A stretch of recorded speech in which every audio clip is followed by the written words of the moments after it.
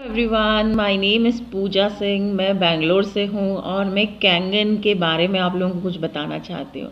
Kangen machine इस्तेमाल करते हुए अभी सिर्फ मुझे 15 दिन हुए हैं। विश्वास कीजिए कि इन 15 दिनों में मुझे नहीं पता मेरे शरीर में अंदर क्या बदलाव आए हैं, लेकिन जितना हम महसूस कर पा रहे हैं एज अ लेडी, मुझे इतना समझ में आया कि मेरे जो गैस्ट्रिक प्रॉब्लम था, जो कि मैं कई सालों से परेशान थी, वो गैस्ट्रिक मान के चलिए 1% बॉडी में रह गया है। 1% भी मैं बोलूँगी माइनस में जाने वाला है ये बहुत जल्दी। I can imagine the results.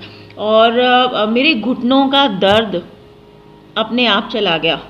मैं पिछले 3 से 4 सालों से जब बच्चे को डिलीवर किया, दोनों बच्चों के बाद में मैंने कैल्शियम, मल्टीविटामिन, ओमेगा और काफ़ी सारे जो सप्लीमेंट्स हमको आयरन के और विटामिन डी के डॉक्टर्स देते हैं, ये मुझे रेगुलर खाने पड़ रहे थे। अगर एक हफ्ता भी गैप होता था तो मान के चलिए मैं बहुत परेशान हो जाती थी। कैंगन लगाने के बाद एज सच हमने इतना कुछ नोटिस नहीं किया।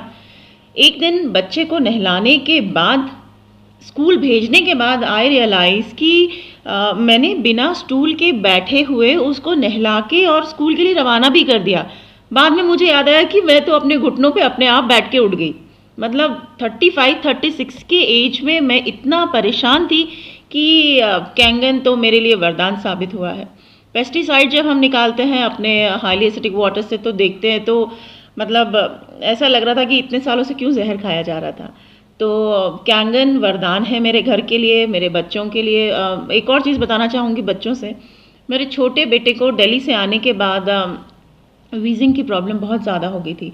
वीजिंग तो जैसे तैसे हमने होम्योपैथी से कंट्रोल किया था, लेकिन उसका स्किन बहुत सेंसिटिव हो गया था। सेंसिटिव इन द सेंस कि ठंडे गर्म दोनों एटमॉस्फेयर में उसको हमेशा ईचिंग रहती थी।